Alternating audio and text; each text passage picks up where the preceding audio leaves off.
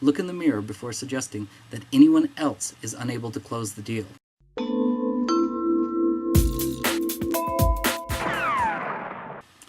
This is John Logie for The Uptake with a not-so-special comment about the rhetoric of the 2008 presidential race.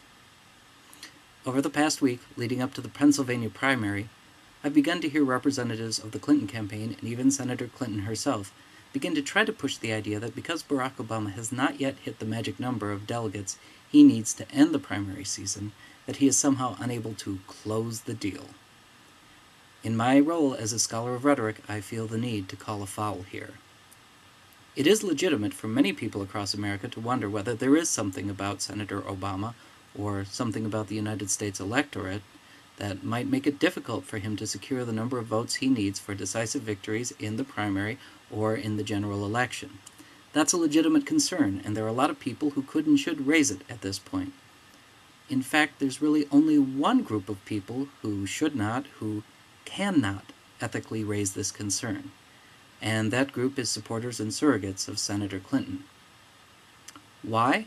Well, take a minute to plug the terms Hillary Clinton and the two words prohibitive favorite into the advanced search box of your favorite search engine. You'll find, as I did, that Clinton was considered the almost certain Democratic nominee until practically the eve of the primaries. In 2006, when Clinton's nomination was considered a near certainty, Barack Obama's share price on InTrade, one of the leading real money political betting sites, was a measly 0.03. Today, the day after the Pennsylvania primary, his share price is at 82.0, meaning that you have to risk 82 cents to win $1 when you could have risked a third of a penny. Clinton's share price stands at 18.5, having fallen from a high of 74.9 before the primaries and after hovering above 50 for most of the year leading up to the primaries. InTrade's prediction markets are a game, to be sure, but they also reflect an obvious truth. Senator Clinton has squandered an enormous head start. If the primary race was a 50-yard dash, she started standing on the 20-yard line relative to Senator Obama. So it would be wise for both campaigns, given that both have a stated interest in a Democratic presidency in 2009, right, to refrain from suggesting that a primary opponent lacks the ability to close the deal. But one campaign in particular has no business making this charge, and that's Senator Clinton's campaign because of the lofty place where she started this race. A better-run campaign could and should have put her in a position to use her campaign's unfortunate term, close the deal long ago.